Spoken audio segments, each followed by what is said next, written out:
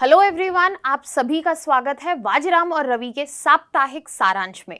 मेरा नाम शुभांगी सिंह है और आज हम बात करने वाले हैं कुछ ऐसे इंपॉर्टेंट करंट अफेयर्स की जहां आपके एग्जाम के पर्सपेक्टिव से बहुत इंपॉर्टेंट है।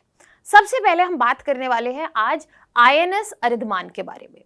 अगर हम आईएनएस अरिधमान की बात करें तो आईएनएस अरिधमान का इंडक्शन जो है वो इंडियन नेवी में हो गया है और ये एक महत्वपूर्ण घटना इसलिए है क्योंकि ये तीसरी ऐसी हमारी सबमरीन है जो न्यूक्लियर केपेबल है। ये एक nuclear powered ballistic missile submarine है जिसको हम एसएसबीएन भी कहते हैं और ये भारत का तीसरा एसएसबीएन है। कमेंट सेक्शन में मुझे बताइए कि पहले दो एसएसबीएन कौन से। अभी मैं आगे इसके बारे में और बताऊंगी, बट पहले आप मुझे बताइए कि आपको पता है इससे पहले और दो एसबीएन थे वो कौन से हैं। अब यहाँ पर अगर हम तीसरे एसएसबीएन की बात करें तो इससे भारत की जो डिफेंस की क्षमता है वो तो बढ़ती ही बढ़ती है, साथ ही साथ प्रहार की क्षमता जो है वो भी यहाँ पर हमें देखने को बढ़ती हुई देखने के लिए मिलती है। अब अगर हम आईएनएस अरिधमान की क्षमता की बात करें तो यहाँ पे आईएनएस अरिधमान जो है परमाणु संचालित तो है ही है, साथ ही साथ अपने पहले वर्जन्स की बात करें, आईएनएस अरहंत की बात करें तो वहां पे लॉन्च ट्यूब जहां 4 थी, आईएनएस अरिधमान में 8 लॉन्च ट्यूब है। यहाँ पे जो डिस्प्लेसमेंट हो रहा है जिसको हम विस्थापन भी कहते हैं इस पनडुब्बी के द्वारा वो 7000 टन से ज्यादा का है और यहाँ पर स्टेल्थ जो है वो हाई स्टेल्थ कैपेबिलिटी के साथ आईएनएस अरिधमान जो है वो डिप्लॉय हो रहा है। अब आईएनएस अरिधमान पे अगर हम मिसाइल सिस्टम्स की बात करें तो हमें K-15 सगारिका जिसकी रेंज 700 से 750 किलोमीटर है वो लॉन्च की जा सकती है। K-4 SLBM जो है वो लॉन्च की जा सकती है और आने वाले समय में हमें K-5 और K-6 जो है वो भी यहाँ से लॉन्च होते हुए, जो कि अभी डेवलपमेंट में है, वो देखते हुए मिल सकती है। अब हम आईएनएस अरिधमान की जब बात कर रहे हैं तो एक बहुत इंपॉर्टेंट चीज जो यहाँ पे ऐड होती है वो ये है कि भारत के पास दूसरा प्रहार करने की जो क्षमता है वो बढ़ जाती है और यहाँ पर इसका एक बहुत बड़ा रीजन ये है कि अगर हम न्यूक्लियर कैपेबिलिटी की बात करें तो अगर वो थल पे है और वायु पे है तो उसको टारगेट किया जा सकता है, हमारे जो दुश्मन देश है उसे टारगेट कर सकते हैं। बट यहाँ पे अगर हम पनडुब्बियों की बात करें, सबमरीन्स की बात करें, उनको टारगेट करना मुश्किल है और इसी वजह से ये सर्वाइव कर पाएंगी। अगर इनकी सर्वाइवेबिलिटी होगी तो जो हमें सेकेंड अटैक करना होगा वो हमारे लिए यहाँ से पॉसिबल हो पाएगा, क्योंकि भारत की अगर हम प्रहार नीति की बात करें स्पेशली न्यूक्लियर टर्म्स में तो नो फर्स्ट यूज पॉलिसी है कि हम पहला यूज नहीं करेंगे, लेकिन दूसरा अटैक करने के लिए भी तो सर्वाइवेबिलिटी जरूरी है। तो इस कॉन्टेक्स्ट में हमारी सर्वाइवेबिलिटी जो है बढ़ जाती है। अब जैसा कि मैंने कहा ये 3rd एडिशन है, इससे पहले आईएनएस अरहंत जो है 2016 में डिप्लॉय हुआ था और 2024 में हमने आईएनएस अरिघात को डिप्लॉय होते हुए देखा है और अब 2026 में अरिधमान जो है वो ऐड हुआ है। ये जो डिप्लॉयमेंट है स्पेशली नेवी में बहुत इंपॉर्टेंट हो जाता है क्योंकि हमारी न्यूक्लियर कैपेबिलिटीज जो लैंड और एयर से फुल्ली अवेलेबल है। अब यहाँ पर over the year specially after 2016 हमें यहाँ पर नौसेना की तरफ से भी ये कैपेबिलिटीज दिख रही हैं, जिसकी वजह से हम इंडिया के पास न्यूक्लियर ट्रायड की अचीवमेंट भी कहते हैं। फर्दरमोर जब हम इसके बारे में बात कर ही रहे हैं तो यहाँ पे एक और इम्पॉर्टेंट चीज़ देख लेते हैं कि सिर्फ यहाँ पर हम अपनी उपलब्धियाँ नहीं गिन सकते, चुनौतियाँ जो हैं उन्हें भी समझना ज़रूरी है। जैसे कि अगर आने वाले समय में बात करें तो हमें ये देखना ज़रूरी है कि कैसे जो टेक्नोलॉजिकल गैप है उसको कैसे एड्रेस किया जाए और साथ ही साथ आने वाले समय में हमारी अभी जो कवरेज है न्यूक्लियर एबल्ड सबमरीन से वो लिमिटेड है। बैलिस्टिक मिसाइल जो लॉन्च कर सकते हैं सिर्फ 3 हैं, वो फुल कवरेज नहीं देती है। तो ज़रूरत है आने वाले समय में हम एसएसबीएन्स और इंडक्ट करें। जो एसएलबीएम्स हैं हमारी वो हमारी इंडिजिनस हो, स्वदेशी हो और साथ ही साथ बेहतर मेंटेनेंस जो है हमें इंश्योर करना होगा ताकि यही जो हमारी सबमरीन्स हैं, यही जो हमारे डिफेंस इक्विपमेंट्स हैं, इनकी लॉन्जिटिविटी जो है वो बनी रहे। अब हम सीधे मूव करते हैं इससे रिलेटेड मेंस क्वेश्चन की तरफ।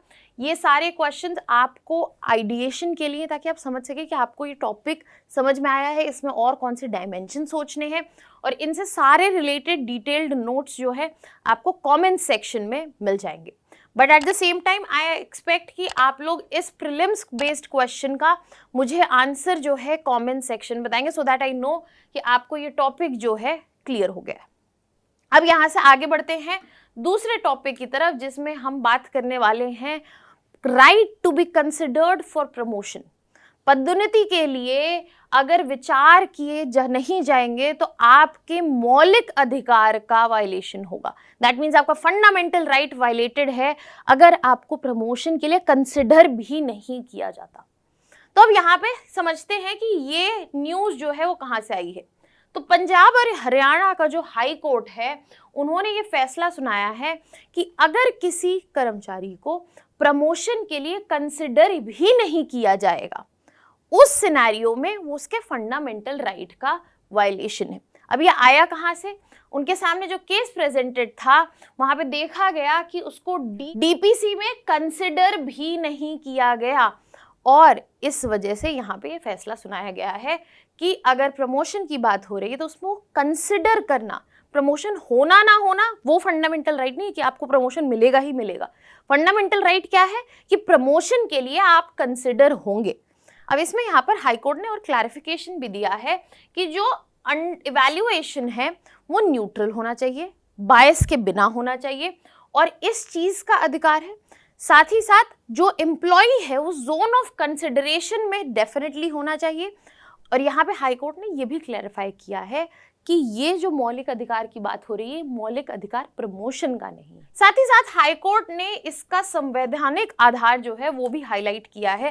जैसे बताया गया एज पर आर्टिकल 14 हमें यहाँ पे इक्वालिटी अश्योर करनी है। एज पर आर्टिकल 16(1) अगर हम सार्वजनिक रोजगार की बात कर रहे हैं तो उसमें यहाँ पर अपॉर्चुनिटीज जो हैं वो समान होनी चाहिए। और साथ ही साथ अगर हम इसका जुडिशियल एक्सपेंशन देखें, न्यायिक विस्तार देखें इन आर्टिकल्स का, तो हमें समझ में आता है कि यहाँ पर प्रमोशन जो है वो भी रोजगार का ही हिस्सा है। अब ये ऐसा पहली बार नहीं है कि ऐसा फैसला आया है, ऐसे कई प्रमुख फैसले हमने पहले भी देखे हैं। चाहे 1991 में हम केवल विचार का अधिकार की बात करें, 1999 में अजीत सिंह केस की बात करें जहां पे मौलिक अधिकार बताया गया है पदोन्नति के लिए कंसिडर होना, और साथ ही साथ 2024 में सबसे रीसेंट अगर देरी से यहाँ पे स्वपदोन्नति होती है, बिहार बिजली बोर्ड फैसले में ये बोला गया कि अगर रेट्रोस्पेक्टिव प्रमोशन की बात करें तो उससे रिलेटेड कोई मौलिक अधिकार जो है वो प्रेजेंट नहीं है। किसी तरीके का एडमिनिस्ट्रेटिव डिले हो रहा है तो इसका मतलब ये नहीं है कि आपके पास ऑटोमेटिक एंटाइटलमेंट है प्रमोट होने का। यहाँ पे अब यहाँ पे संवैधानिक आधार समझ लिया हमने, प्रमुख फैसले को जान लिया। अब आगे बढ़ते हैं समझने कि ये इंपॉर्टेंट क्यों है।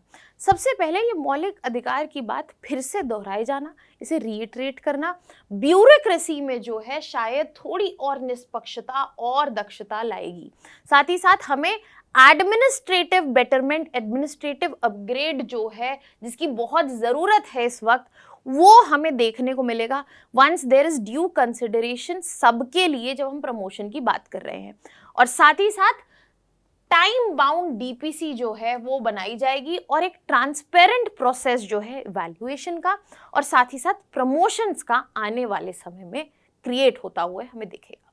अब हम सीधे बढ़ते हैं इससे रिलेटेड क्वेश्चंस की तरफ। यहाँ पे आप क्वेश्चंस का आंसर जो है सोचने की कोशिश कीजिएगा, इनके पॉइंटर्स जो है मुझे कमेंट सेक्शन में आप लिख के बताइएगा, और पीडीएफ जो है जैसे कि मैंने बताया आपको पिन्ड कमेंट में मिल जाएगा।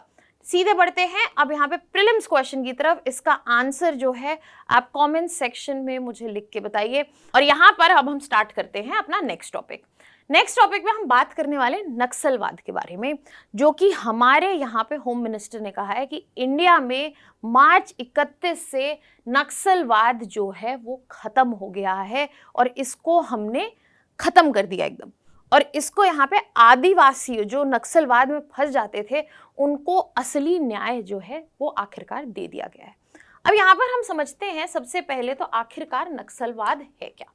अब मैं यहाँ पे बात कर रही हूँ 1967 की, जहाँ पे नक्सलबाड़ी विद्रोह हुआ था। और नक्सलवाद का जो पूरा इंस्पिरेशन है वो माओ जेडोंग के आइडिया से है, इसीलिए इसको माओवाद या माओइज्म, नक्सलिज्म माओइज्म भी बुलाया जाता है।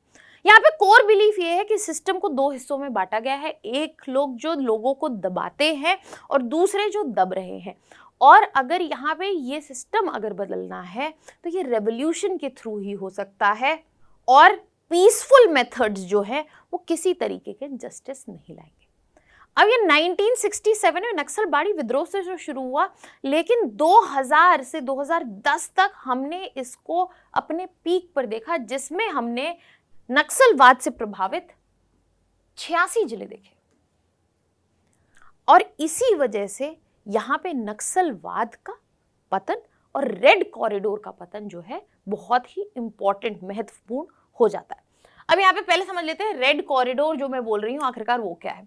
तो यहाँ पर अगर आप मार्क्ड मैप में देखेंगे तो आपको यहाँ पे जो जिले दिख रहे हैं ये वो जिले हैं जो कि नक्सलवाद से प्रभावित रहे हैं, और इसी पूरे कॉरिडोर को हम रेड कॉरिडोर के नाम से भी जानते हैं। ये वो ट्राइबल एरियाज हैं जहाँ पे माओइस्ट रेबल्स जो हैं आगे बढ़े हैं, जहाँ पे कैजुअलिटीज़ हुई हैं, और ये रीजन्स जो हैं हाईली इफेक्टेड रहे हैं नक्सलिज्म से। इसी वजह से इस एरिया का पूरा रेड कॉरिडोर का पतन जो है नक्सलवाद के ख़त्म होने से डायरेक्टली रिलेटेड है। तो अब यहाँ पे हम समझते हैं यहाँ पे इंपॉर्टेंट क्यों है, क्योंकि यहाँ पे जो क्षेत्र नक्सलवाद से प्रभावित थे वो डेवलप नहीं हो पा रहे थे। नक्सलवाद भारत की आंतरिक सुरक्षा, इंटरनल सिक्योरिटी के लिए सबसे बड़ा थ्रेट था, और इसी की वजह से विकास जो है यहाँ पे ग्रोथ जो है बहुत लिमिटेड थी। इसीलिए गवर्नमेंट ने डिसाइड किया और वो एक फ्रेमवर्क लेके आए जो कि SED फ्रेमवर्क के नाम से भी जाना जाता है।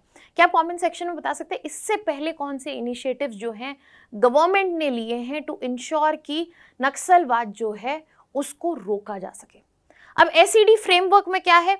S is for surrender, E is for elimination and D is for development. Surrender किसका? जो भी नक्सलवाद से रिलेटेड नक्सलवादी प्रेजेंट थे, लीडर्स थे, उनका रिहैबिलिटेशन करवाना अगर वो सरेंडर कर रहे हैं।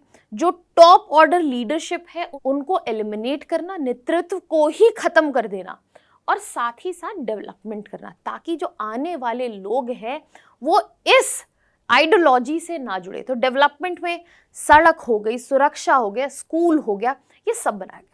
और इस वजह से इसी रेड कॉरिडोर में जो नक्सलवाद से प्रभावित था, इस समय हम देख रहे हैं कि 17,500 किलोमीटर से ज़्यादा लंबी सड़कें हैं, 9,000 मोबाइल टावर्स हैं, स्कूल्स हैं, और साथ ही साथ जो एक गवर्नेंस का वैक्यूम था नक्सलवाद की वजह से वो ख़त्म हो चुका है। और यहाँ पे जो माओवादी आइडियोलॉजी थी, क्योंकि गवर्नेंस वैक्यूम भर गया, तो यहाँ पे उसका खात्मा जो है पॉसिबल हो पाया। अब यहाँ पर ये तो अच्छी खबर है कि नक्सलवाद जो है ख़त्म हो गया है, बट अगर हम बात करें वहाँ के आदिवासियों और वहाँ के लोगों की, तो आने वाले समय में ज़रूरत है कि हम यहाँ पर सुनिश्चित करें कि जो वन अधिकार के अधिनियम हैं उनका प्रॉपर क्रियान्वयन हो। इसके अलावा आजीविका और सम्मान जो है वहाँ के लोगों को मिले, और साथ ही साथ यहाँ पे विकास का जो संतुलन है बल के साथ। अगर हम डेवलपमेंट ला रहे हैं तो अगर फोर्स यूज़ करना पड़ रहा है उसके लिए, तो वो गलत बात हो जाएगी। तो यहाँ पे ट्रेड जो है, बैलेंस जो है वो प्रॉपर मेंटेन होना चाहिए। सीधे बढ़ते हैं मेंस क्वेश्चन की तरफ, जिनके पॉइंटर्स आपको सोचने हैं और आपको PDF में भी देखने को मिलेंगे। नेक्स्ट अब आपके सामने प्रीलिम्स क्वेश्चन, जिसका आंसर मैं एक्सपेक्ट कर रही हूँ आप सभी से कॉमेंट सेक्शन में। तो अब आगे बढ़ते हैं अगले टॉपिक की तरफ। अगले टॉपिक में जो हम पढ़ने वाले हैं वो है IT रूल्स के बारे में। अब ये IT रूल्स जो है इंफॉर्मेशन टेक्नोलॉजी रूल्स है। जब इनकम टैक्स होता है, आय के बाद डैश आपको दिखता है। अब इंफॉर्मेशन टेक्नोलॉजी रूल्स में अमेंडमेंट लाया जाएगा, और ये अमेंडमेंट 2026 का होगा। और इस अमेंडमेंट के तहत कोई भी पोस्ट, कोई भी वीडियो, कोई भी रील जिसमें किसी तरीके के करंट अफेयर, किसी तरीके की इंफॉर्मेशन जो है दी जा रही है, वो एक तरीके से सरकार जो है मॉनिटर करने वाली है। कैसे मॉनिटर करने वाली है हम समझते हैं, और इस बारे में प्रोज एंड कॉन्स क्या हैं वो भी यहाँ पर समझने की कोशिश करते हैं। तो यहाँ पे IT नियम संशोधन 2026 लाया गया है, और यहाँ पे बोला गया है कि कोई भी अगर यूज़र किसी भी सोशल मीडिया प्लेटफॉर्म पे न्यूज़ या करंट अफेयर जो है की बात कर रहा है, उन पे ये अधिनियम लागू होगा। मतलब आपसे जो मैं यहाँ पे बात कर रही हूँ, मुझ पर भी अधिनियम लागू होगा। यहाँ पर अगर सरकार को कुछ गलत मिला, जो उनको सही नहीं लग रहा है, तो वो कंटेंट ब्लॉक भी हो सकता है, वो कंटेंट हटवाया भी जा सकता है। और इसी वजह से ये चिंता हो रही है कि जो फ्रीडम ऑफ स्पीच है, आखिर उसका क्या होगा। सबसे पहले तो की प्रोविजन समझ लेते हैं इस अमेंडमेंट के, फिर हम इस डिबेट में और बातें समझेंगे। मेन प्रोविजंस क्या है? सबसे पहला प्रोविजन ये है रूल 14, 16 टू 16 जो है, जो कि पहले अक्सर पब्लिकेशन हाउस तक ही वैलिड थे, अब उनका एक्सटेंशन कर दिया गया है यूजर्स पे। दैट मीन्स आप जो भी सोशल मीडिया यूज करते हैं और अगर उस पर हमने किसी तरीके की इंफॉर्मेशन, न्यूज या करंट अफेयर्स की बात की तो ये एप्लीकेबल हो जाएगा। दूसरा, यहाँ पे आईडीसी जो है वो बनाई जाएगी, इंटर डिपार्टमेंटल कमिटीज बनाई जाएंगी और वही जो है वो इंक्वायरी करेंगे और इंक्वायरी की रिपोर्ट जो है सबमिट की जाएगी मिनिस्टर ऑफ आईबी को, जो कि सूचना मंत्री हैं, और उनका फाइनल डिसीजन होगा कि वहां पर उस कंटेंट को रखना है, नहीं रखना है, हटाना है। साथ ही साथ सेफ हार्बर के जो नियम थे उनकी शर्तों पर भी चेंजेस हमें देखने को मिले। सेफ हार्बर का मतलब क्या है कि अगर हम किसी प्लेटफॉर्म की बात करें, लेट्स जैसे यहाँ पे कोई सोशल मीडिया प्लेटफॉर्म है, उस पर यूजर कुछ कर रहा है, तो यहाँ पे सेफ हार्बर की शर्तों के बेसिस पर, क्योंकि प्लेटफॉर्म ने यहाँ कुछ नहीं किया है तो प्लेटफॉर्म को यहाँ पर एक्शन नहीं लिया जाएगा। प्लेटफॉर्म ने बोला कि हमने तो यहाँ पे अपने रूल्स लगा रखे, हमने इसमें कुछ नहीं किया, तो प्लेटफॉर्म को प्रोटेक्शन है। इस कॉन्टेक्स्ट में सेफ हार्बर की शर्तों को भी चेंज किया गया है। कहा गया है कि प्लेटफॉर्म को सिर्फ पता नहीं होना चाहिए, प्लेटफॉर्म को जो एसओपी भेजेगी गवर्नमेंट, प्लेटफॉर्म को वो भी फॉलो करना है, प्लेटफॉर्म को गाइडलाइंस भी फॉलो करनी है, और अगर ऐसा नहीं हुआ तो सेफ हार्बर का जो ये प्रिंसिपल यहाँ यूज होता है वो नहीं मिलेगा प्लेटफॉर्म को। और ये सब मानना मैंडेटरी किया गया है, अनिवार्य किया गया है। इसी वजह से यहाँ पर हमारी अभिव्यक्ति की जो मौलिक अधिकार है उस पर बहुत बड़ा प्रश्न आ रहा है। इसी वजह से कॉन्स्टिट्यूशनल कंसर्न्स जो है हमारे, चाहे वो आर्टिकल 19(1)(a) की हो जहां पे हमें अभिव्यक्ति की स्वतंत्रता है, चाहे हम आर्टिकल 19(2) की बात करें जहां पे प्रतिबंध लगाया जा सकता है, रिस्ट्रिक्शन लगाई जा सकती है, बट इंपॉर्टेंट बात यह है कि जरूरत होने पर। इसके अलावा श्रेया सिंघल फैसले की बात करते हैं 2015, ये यहाँ पर संशोधन जो है ये सीधे सीधे इस फैसले का उल्लंघन भी करता है, जिसमें सुप्रीम कोर्ट ने ऐसे कई प्रोविजंस को अनकॉन्स्टिट्यूशनल बता दिया था आईटी एक्ट में, जिसकी वजह से फ्रीडम ऑफ स्पीच जो है इफेक्ट होती है। तो ये प्रोविजंस जो है ये उस फैसले का भी उल्लंघन है। इसके अलावा और मुद्दे जैसे शासन और संस्थागत मुद्दे जो है हमें देखने को मिल रहे हैं, जैसे कि कार्यपालिका पे अत्यधिक रिलायंस है, उनके ऊपर सारा डिसीजन छोड़ दिया जा रहा है। साथ ही साथ अगर हम यहाँ पे स्वतंत्र न्यायों की बात करें तो उसकी भारी कमी देखने को मिली है, और इसके अलावा न्यायिक समीक्षा जो है उसका अभाव भी देखने को मिल रहा है। बट आने वाले समय में हो सकता है कि फिर से यहाँ पे कोई केस हो, सुप्रीम कोर्ट को फिर से इंटरवेन करना पड़े और यहाँ पर कुछ जो यहाँ पे क्लॉजेज हैं, प्रोविजंस हैं, उनमें चेंजेस लाना पड़े। आगे बढ़ते हैं सीधे वे फॉरवर्ड की तरफ कि किया क्या जा सकता है, सही क्या होगा। जरूरत है कि अगर हमें यहाँ पे एक इंस्टीट्यूशन बनाना ही है जो ओवरसाइट रखे, तो यहाँ पे वो स्वतंत्र नियामक का गठन हो। इसके अलावा न्यायिक पूर्व अनुमतियों की, यहाँ पे सुप्रीम कोर्ट ने जो ऑलरेडी एक फैसला सुनाया उसके प्रोविजंस हटाए हुए हैं, इसका मतलब कि न्यायिक अनुमति जो है अभी नहीं है।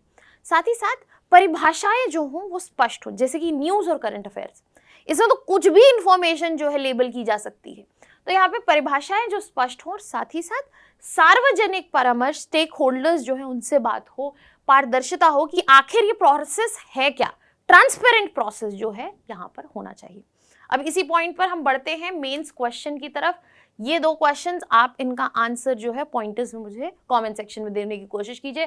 प्रीलिम्स क्वेश्चन अब यहाँ पे देख लेते हैं, वेरी इंपॉर्टेंट क्वेश्चन जो आपको एक इंसाइट देगा कि कैसे डॉक्टराइन से रिलेटेड जो क्वेश्चंस हैं पूछे जाते हैं। इसका आंसर मैं वेट करूंगी कमेंट सेक्शन में। आगे बढ़ते हैं अगले टॉपिक की तरफ, जिसमें बात हो रही है फिर से डोनाल्ड ट्रंप की, और उन्होंने कैसे बोला है कि नेटो जो है वो सिर्फ एक पेपर टाइगर है। तो वो यहाँ पर फिर से धमकी दे रहे हैं कि अमेरिका जो है वो नेटो से बाहर निकल जाएगा। अब सबसे पहले स्टार्ट करते हैं समझना कि आखिर ये मुद्दा क्या है और नेटो क्या है। अगर हम नेटो की बात करें, नॉर्थ अटलांटिक ट्रीटी ऑर्गेनाइजेशन, जिसका गठन 1949 वॉशिंगटन डिक्लेरेशन से हुआ था। किस लिए हुआ था? उस वक्त सोवियत यूनियन और उनका जो वार्शा पैक्ट, जिसमें ईस्टर्न यूरोपियन कंट्रीज के साथ वो गठित थे, उसको काउंटर करने के लिए अमेरिका ने यहाँ नेटो को बनाया। अब यहाँ हुए उनको क्या था, उनको सोवियत संघ को रोकना था, और यहाँ पे नेटो ने बोला कि हम सब जो है एक दूसरे की सुरक्षा जो है इंश्योर करेंगे। नेटो का एक फंडामेंटल प्रिंसिपल है जो कि आर्टिकल 5 में आपको देखने को मिलेगा, जिसमें वो कलेक्टिव डिफेंस की बात करते हैं। मतलब अगर किसी भी एक नेटो मेंबर पे अटैक हुआ तो माना जाएगा सभी नेटो मेंबर्स पे अटैक हुआ और वो मिलकर उसको डिफेंड करेंगे। ये इतनी बड़ी बात है कि यूक्रेन 2022 में नेटो को ज्वाइन करना चाहता था और रशिया को पता था कि ये उसके लिए एक बहुत बड़ा सिक्योरिटी इशू है, और तब से हम रशिया यूक्रेन वॉर देख रहे हैं। ना यूक्रेन नेटो ज्वाइन कर पाया और ना रशिया यूक्रेन वॉर आज तक रुक पाया। अब यहाँ पे हमने कई बार देखा है कि नेटो ने साथ आके एक दूसरे मेंबर्स के पर्पसेस, एम्बिशंस और साथ ही साथ इन्वेजन्स को हेल्प भी किया है। चाहे हम अफगानिस्तान की बात करें, लिबिया की बात करें, चाहे एंटी पायरेसी मिशंस की बात करें। आखिरकार लेकिन अब ऐसा क्या हुआ कि नेटो में फूट आ गई? ऐसा नहीं है कि ये पहली बार हुआ। हाल ही में डोनाल्ड ट्रंप जब ग्रीनलैंड को ऑक्यूपाई करना चाहते थे, तब डेनमार्क ने क्लियरली बोला था कि ये हमारी टेरिटरी है, और यहाँ पर फिर उस बात को ना सोचते हुए डोनाल्ड ट्रंप ने कहा कि हमें कोई दिक्कत नहीं है, हम नेटो छोड़ देंगे, हमें कोई प्रॉब्लम नहीं, हमें ग्रीनलैंड चाहिए। प्रॉब्लम यहाँ पे क्या थी? डेनमार्क जो है वो नेटो का मेंबर है। अब यहाँ पे यूएस को ऐसा फील हो रहा है कि इजराइल ईरान यूएस वॉर में ये नेटो मेंबर्स जो हैं वो यूएस की बात नहीं सुन रहे हैं, वो उनके साथ ज्वाइन नहीं कर रहे हैं, तो नेटो किस काम का, और इसलिए अमेरिका ने यहाँ पे ये धमकी जो है दी है। और यहाँ पर डोनाल्ड ट्रंप की अगर बात करें तो नेटो से उनकी नाराजगी जो है वो नई नहीं है। उनका ऐसा मानना है कि जितना पैसा अमेरिका डालता है और जितनी मदद अमेरिका करता है, बाकी देश जो हैं सिर्फ इसका लुत्फ और फायदा उठा रहे हैं। इसीलिए यहाँ पर फिर से डोनाल्ड ट्रंप ने नेटो को छोड़ने की धमकी दी है। अब अगर हम यहाँ पे भारत के उससे बात करें तो यहाँ पे नेटो का वीक होना एक वैक्यूम क्रिएट करेगा जो प्रोबेबली भारत जो है यूज कर सकता है। अभी ईरान वार के कॉन्टेक्स्ट से बात करें तो जरूरी है कि इंडिया अभी एक डिप्लोमेटिक स्ट्रेटेजिक बैलेंस जो है बना के रखे, ताकि यहाँ पर जो सारी एंटिटीज, चाहे गल्फ स्टेट्स हो, चाहे इजराइल हो, यूएस हो, ईरान हो, यहाँ पे इंडिया के स्टेक्स बहुत ज़्यादा हैं, चाहे इंपोर्ट की बात करें या एक्सपोर्ट की बात करें। तो इस कॉन्टेक्स्ट में डोनाल्ड ट्रंप ने ये स्टेटमेंट दी थी। आगे बढ़ते हैं और यहाँ पे प्रश्नों को देखने की कोशिश करते हैं। इन प्रश्नों का उत्तर मैं आपसे कमेंट सेक्शन में एक्सपेक्ट कर रही हूँ। प्रीलिम्स क्वेश्चन भी यहाँ पे देख लेते हैं। Let me know the answer in the comment section. आज के सारे टॉपिक्स जो हैं कवर हो चुके हैं और पीडीएफ में आपको और भी टॉपिक्स जो हैं देखने को मिलेंगे। That was all from my side. Thank you so much.